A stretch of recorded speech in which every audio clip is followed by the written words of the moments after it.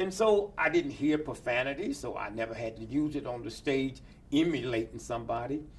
And then what saved my life as a comic was Billy Eckstine.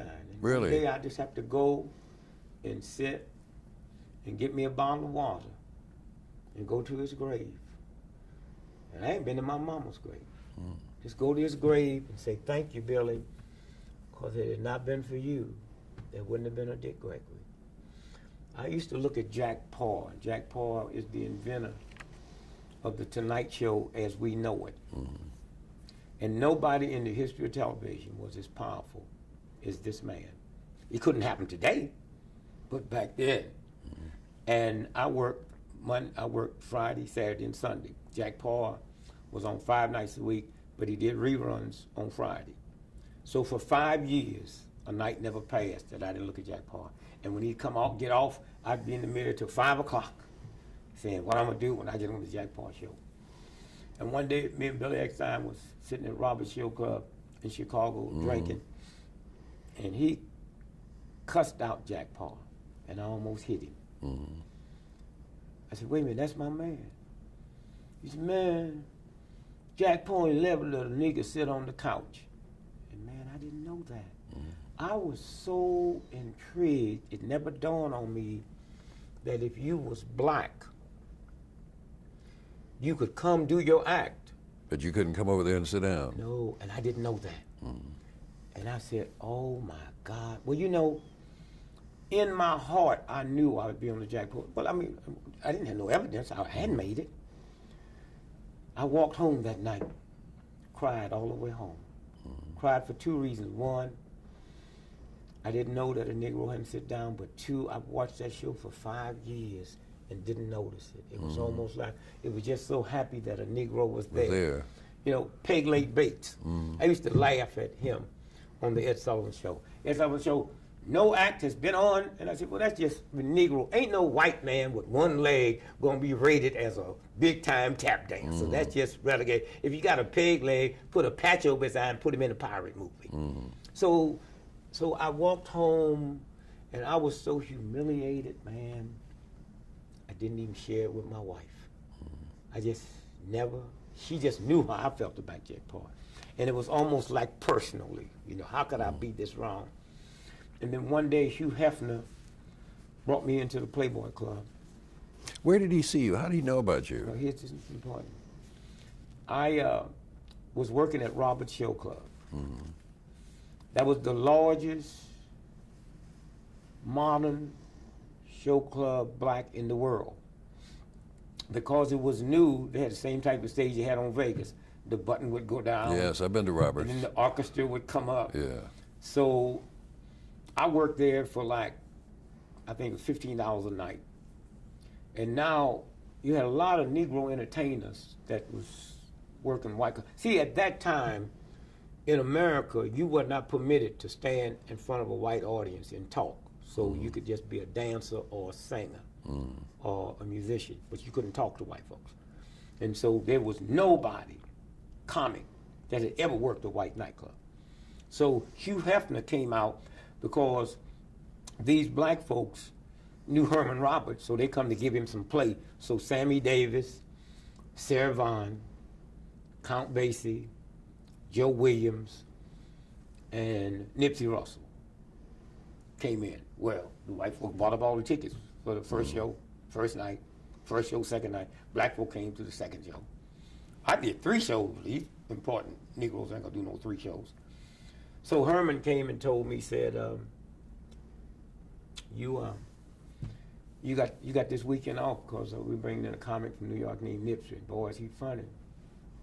I said, well, I'll get to see how funny he is since he's gonna be here so long. He said, no, he's just gonna be here. I said, no. If he's taking my job, and I don't want it, you keep him. So I said, well, wait a minute, wait. I said, no. So he said, well, I tell you what we do. There's a lot of people. See, I was bringing white folks in by now. The white folks from Northwestern University, from the University of Chicago. they want to hear this social satirist, right? So they would come by. So he didn't want to lose me. So he says, okay, I'll let you MC. That's why to this day, I have never emceed a show. All over the world. People bring me to the NAACP convention, say, can you no. People want to pay me. No, I don't MC. So I said, yeah. And the old man at Roberts, old dude, used to always be in the back, man. Just always there. He said, what's wrong, young boy? And I told him, he said, let me tell you something. He said, if you got 5 hours to do a show of 5 seconds, you're a genius, son. You have to do in 5 seconds what you've been doing in 2 hours. You can do it. And I heard him. So in between the acts, I cannot be disrespectful. You go out and do my act. In between the acts, I drop a little funny. Boom. Well, on the front row was Herb Cups in it, all the big time money white folks, all the mob. And there's Hugh Hefner. And he heard me. He heard me sounding like stuff he'd heard before. Not no rhythm of joning, no rhythm of rapping. And so one day Irvin Corey, a white comic that said he wasn't gonna work 7 days, so they called me. My manager was white, and he got in touch with me and said $50. Man, I didn't believe it was that much. I added $50 times 7 and realized if I was working the 7 days, what I would make. So I never knew what a Playboy was, because I just don't hang out with white folks. I mean, I got that from just in St. Louis. So even now, there's few times you'll ever see me hanging out with white folks. Ain't got nothing to do with them. I mean, it's just something to do with me. It's just, hey, man, I'm just, you know. So I had 1 quarter left, and it was a blizzard that night. And I get on the bus to go to the Playboy, and I get off at the wrong stop. Now, I have never, ever wore the same outfit on stage that I wear in the street. I just never done that. That's just a respect I have for the audience. And so what happened was, I got my suit bag with my outfit on, and I got off at the wrong stop because I didn't know downtown Chicago. And I'm running and praying, because that whole thing about black folk can't be on time, and I got to go on at 8 o'clock. I don't trust black folks now if they're on time. I just don't know why you want to be validated about white racist systems. I don't believe in paying my bills on time or being on time. I got my oldest daughter, man. I don't get along with her, not negatively, because she's too disciplined. I don't like to be around disciplined people. The super rich people ain't disciplined, and they ain't never on time. And so I'm running, and so, God, please don't let me be late. Oh, God. All the things that you've been taught that you have to do to make white folks like you was coming out. And I'm running. I slipped and I fell and I got up. And as I get up, about 8 blocks down, I see this big sign that say Playboy. And this relief. Now, meanwhile, I don't know that Victor Lowndes, who was Hefner's partner had found out that this room, the carousel room, had been rented out that night to a group of Southerners that was in Chicago for a frozen food convention. So when Hefner and them found that out, they said, well, just tell him he don't have to go on. So they tried to call me, and so I get there, and I walk up the door and I say, where's the carousel room? They say, 2nd floor to the right. Now, Victor Lowndes is standing in the middle of the floor to stop me. I don't know Victor Lowndes, just another white boy. I push him out the way.